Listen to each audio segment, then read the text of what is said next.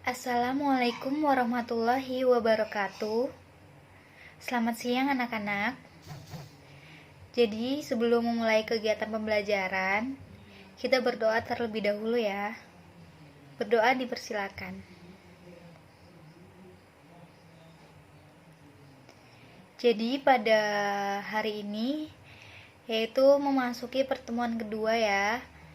Materi yang dibahas masih sama, yaitu mengenai sistem peredaran darah, yang mana kali ini akan menjelaskan organ penyusun sistem peredaran darah serta gangguan-gangguan yang terdapat pada sistem peredaran darah. Nah, di sini ada contoh kompetensi dasarnya seperti yang telah kemarin disebutkan, yaitu untuk tujuan pembelajaran pada pertemuan kali ini, yaitu siswa dapat menjelaskan mekanisme peredaran darah serta gangguan fungsi yang mungkin terjadi pada sistem sirkulasi manusia melalui kegiatan diskusi. Ya, langsung aja masuk ke dalam materi, yaitu ada struktur jaringan penyusun organ pada sistem sirkulasi. Di sini ada contoh gambar dari jantung dan pembuluh darah, yang mana di sebelah kiri ada contoh dari jantung ya. Itu keterangannya terdapat atrium, ada juga ventricle yang nanti akan dijelaskan lebih lanjut. Kemudian di sini ada anatomi jantung manusia. Ini dilihat pada gambar, bisa dilihat ya. Yaitu keterangannya ada aorta, ada serambi kanan, ada pembuluh darah, ada bilik kanan, ada bilik kiri. Kemudian ada katup aorta. Seperti itu, bisa dilihat sendiri.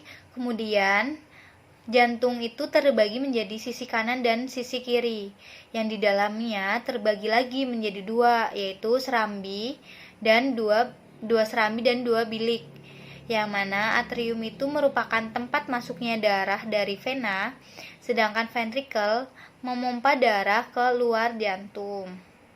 Lanjut ke pembuluh darah. Pembuluh darah ini dibagi berdasarkan fungsinya, terbagi menjadi 3 macam, yaitu ada arteri atau pembuluh nadi, ada vena, pembuluh balik, dan ada kapiler. Arteri sendiri atau pembuluh nadi merupakan pembuluh darah yang mengalirkan darah dari jantung ke jaringan. Lapisan paling dalam pada arteri adalah endotelium. Kemudian arteri terbagi menjadi 2 macam, yaitu yang pertama ada arteri pulmonalis.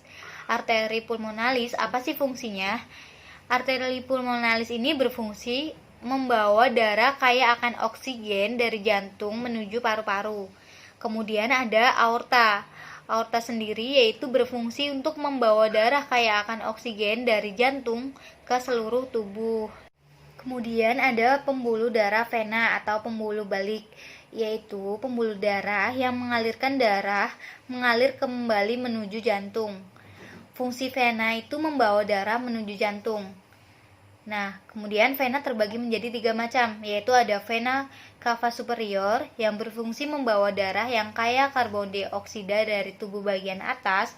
Kemudian ada vena cava inferior, yaitu berfungsi untuk membawa darah kaya akan karbon dioksida dari tubuh bagian bawah.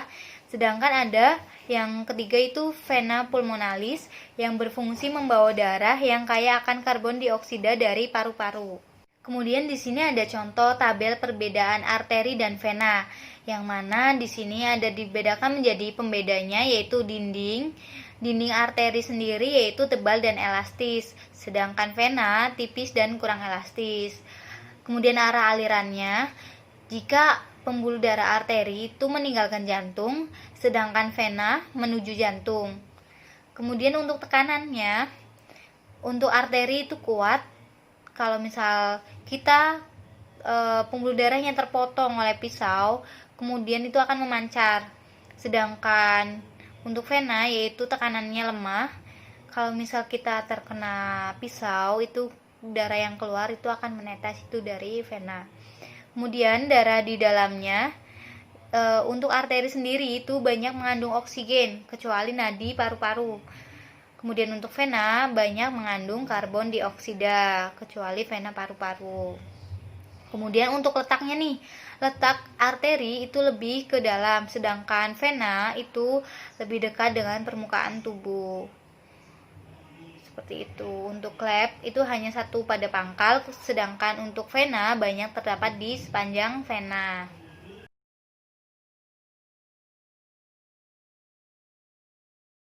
Mekanisme sistem peredaran darah manusia itu ada peredaran darah kecil dan peredaran darah besar.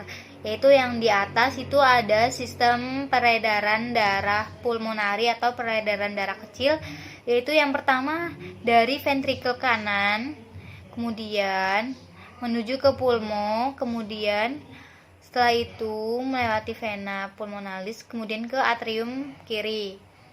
Kemudian di bawah itu ada sistem peredaran darah sistemik atau peredaran darah besar, yaitu dari ventrikel kiri, kemudian ke tubuh bagian atas dan bawah, dan selanjutnya ke atrium kiri.